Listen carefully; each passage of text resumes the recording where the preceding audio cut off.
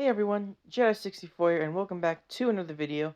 And today we are reaching the end of Star Wars Skeleton Crew. There's only one episode left, so let's see how this episode is. This is basically the two-part finale, so this is going to be a long video. So let's do this.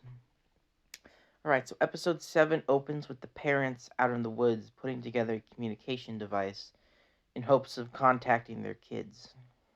They're basically breaking the law here, so I don't think they don't really get in trouble, but I don't know.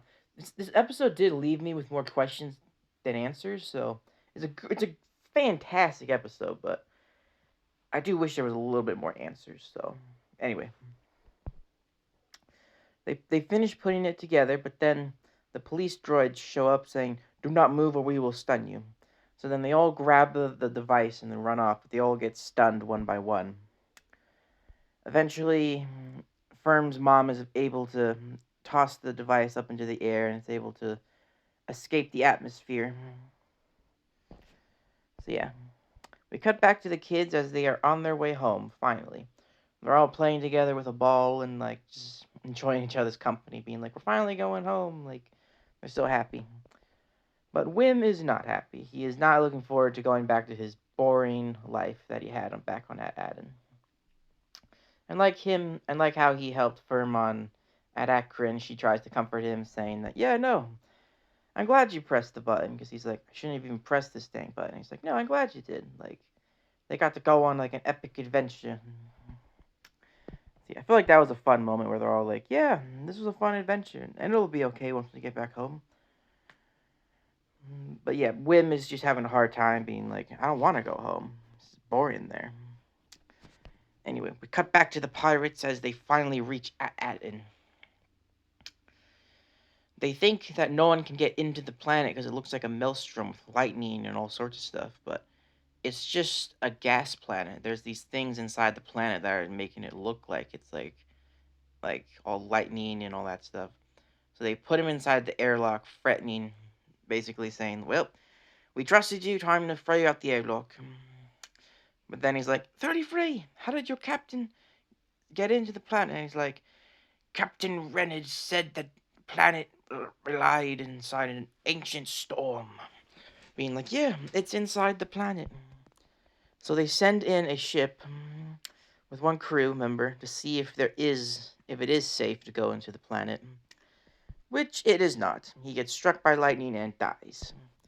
Jod gets thrown into the airlock and they're about to toss him out, but then the kids jump out of hyperspace and make it to the planet, where Jod realizes the ship is the key. The ship is the only way. The ship is the only ship that can get into Aten, because 33 later in the episode mentions that, yes, the ship, that was Captain Renner's genius. He stole one of the Mit's ships so he could enter the planet. So I don't think he stole it from Aten. I think he stole it from another planet so that he could armor it up and then enter the planet. Anyway, so the pirates use a tractor beam and they get sucked into the ship. Captain Bruce goes in saying, "Anyone in there, come out." Only for the kids to use the claw machine to grab him, being like, "Come any closer and we'll kill him." Jod basically is like, "Don't worry, friends," uses the force to take off his handcuffs and then picks up the blaster and shoots Bruce's point blank in the face. It's so brutal and I love it. Get it, Bruce's? I'm joking. Anyway. He then gives a speech saying how he's a better captain than Bruce's ever was, and how he's actually led them to something worthwhile. So the pirates all follow him now. They capture the kids, and he puts back on his helmet from the beginning. And SM-33 and, Jod is like, find out what makes this ship fly in and out of Aten. And SM-33 doesn't just straight up tell him the truth. Because, SM-33 later rebels in the episode, but we'll get to it. So, I love how we see, glimpses of him, beginning to betray, beginning to mutiny, as it were. We then see a transmission, the pirates then pick up the transmission that the parents sent out, basically telling the kids how much they love them and how, they just want them to get home safely, and, they don't just give them the coordinates to Aden for safety reasons, which makes me wonder, like, what do they know about the wider galaxy? Do they think it's that dangerous out there? Like, what's going on? Like, this is what I mean. There are some questions that I feel like should have been answered in this episode. Still a fantastic episode, but still. Anyway, they tell him to find a Republic emissary. They where they know secret coordinates to Aden. So does that mean like did the is that I don't know. So like in the Old Republic, was there like someone that knew the coordinates where they just picked up credits to just ship out to the Republic back in the day, and then all the planets were just wiped out and like because I think the droids have just been on autopilot for years now. And no one on the planet realizes that the supervisor is dead or something. That or the supervisor is Captain Renard. 50-50 really. So the kids try to take back the ship by fighting the adults because Wim is just like attack. But you know the kid so it doesn't really go too far. And Wim is like, we found this ship first. This is ours. And he's like, no, it's mine. Actually, because you're captain of the frigate, this ship remains unattested. So then he's like, I claim the Onyx Cinder. And then Firmus is like, I unclaim these and this ship is for adults only. And he's like, that's not how it works. Oh, he gets punched in the face. It's close enough. And then SM-33 finally turns on the pirates. Because I think he was planning on mutinying later on. Because he actually cares about the kids. Like, he chose the kids over piracy. And I love it. They toss the unconscious pirates out of their ship. Jaw's like, no! He jumps back onto the ship without anybody noticing, and the ship takes off. They launch fighters after the ship, and we get what is visually just so impressive. Like, the CGI in this show is just fantastic. It looks amazing. They're flying through the maelstrom, or the nebula gases, where we see these big satellite dishes shooting lightning from them. And that's where it's revealed that the ship is an Aden ship, which is how it's able to enter and leave the planet safely. The lightning shoots down any pirates because they're not Aden ships. So they finally lose the pirates and they make it home to Aten. I love how the treasure in the show was just the planet itself. Like I just love that. So anyway, they get locked into an auto. Dang, what's with me coughing all of a sudden? It's ruining the recording. I'm joking. But anyway, they get locked into an automated landing sequence, but before SM-33 can deactivate it, it's revealed that John made it aboard the ship, and SM-33 goes to stop him, but poor SM-33 gets decapitated with the lightsaber. His head falls to the ground and his body goes limp. I really hope they can fix him, because like he's a droid, they can easily fix him up, but still. If he's dead, I'm going to be very sad. He's my favorite character in the whole show. Anyway, he frightens the kid saying, get on the ground! I've run out of patience. If I hear one more word out of any of you, you and all of your parents are dead. Because, yeah, Jod is just, he's not the hero, he is the villain of the series, and I can't wait to see him get his comeuppance. Anyway, the adults are in trouble. The droids bring them in, being like, you've been caught harboring. But they don't get arrested. The droids just, like, walk away saying something that I don't really understand. And like, Wim's dad is like, what was that? It's like, they're just like, you droids don't listen, which is true. But anyway, we then hear the supervisor over the comms saying that, like, a ship is coming to pick up a shipment of credits and for all work to be halted until they depart. And I think the supervisor is dead, and that's just a pre-recording of the supervisor.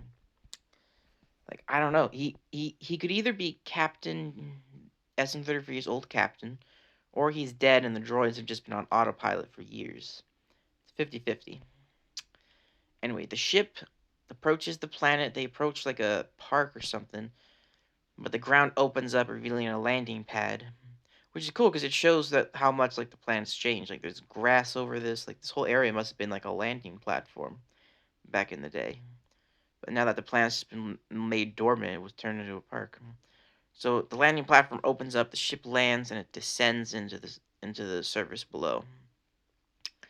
Jod friends the kids with his lightsaber again, and they continue their descent into the planet. The droids say, these kids have been reported missing. I shall alert their parents at once. And Jod is like, I need to make contact with my other ship because he's trying to contact the pirates to let them know that, yeah, there's treasure down here because if the pirates don't hear from them, they're just gonna leave. You're like, well, I guess our captain's dead. What now? Yeah, they as they descend, they see their like their operation of them just making the credits. And I love how the droid is like, we would hope it would please you, kind of like how Nala say, and like kind of like mirrors like Attack of the Clones, being like, glad you enjoy it. So yeah, it's really cool. It's very visually impressive. Like, I love the droid design in the show. Like, it's really cool. He's like, I need to make contact with my ship. No outside contact without the berries permitted. You would have to speak to the supervisor. And he's like, yes, let me speak to the supervisor. Better than a droid. So I think in the next episode we'll finally find out the secret of who the supervisor is, if he even exists anymore. So anyway, they finally make it to the vault, which apparently there's 1037 vaults on the planet, which means this really is a treasure planet. Because look at this vault. My god. And this isn't even like, think about it, like these credits are worth thousands in like the regular galaxy. So this planet is just like full of riches. Like if this planet was to ever get discovered, like all hell would break loose just to get all the loot. Like they need to contact the Republic, open up communications again, then just have all these credits just melted down, turned into regular credits. So anyway, Jod is like, "Oh my god, we finally made it!" And like I love how he like basically looks like he's about to cry, and then like he just starts to lose his mind laughing. This is what I mean. He is the villain of the series. I just love it. Oh, it's so cool. The parents arrive at the bottom layer on like a speeder, and we finally get the reunion of the kids with their parents. They hug. It's a very emotional, beautiful scene. I love it. But then, Jod friends them with a lightsaber at the end. The parents don't know what's going on. They're like, wait, who is this guy? And like the episode ends with Jod walking towards them with the lightsaber. I think Jod is going to try to kill them, but I think the droids will try to stop him, and then they'll either take the speeder or the ship and try to escape and alert the supervisor of this incident. But all things considered, this was a fantastic episode. The CGI is the best it has ever been in like almost any Star Wars show. Like better than The Mandalorian, like better than The Acolyte, better than anything. Like it's so good. So yeah. Anyway, I hope you guys enjoyed the video. I cannot wait for the series finale next week. I'm super excited to see how the story plays out and see how it all wraps up. Because there's a lot to wrap up. But the Obi-Wan series, the Book of Boba Fett, like, they had a lot to wrap up. They were able to do it very good in, like, one episode. So I'm hoping the next episode is a long one, like 50 minutes to an hour. That'd be really cool. But anyway, this is a fun episode. I enjoyed talking about it. And I hope to see you all in the next video. May the Force be with you. And I'll see you all in the next one. Bye.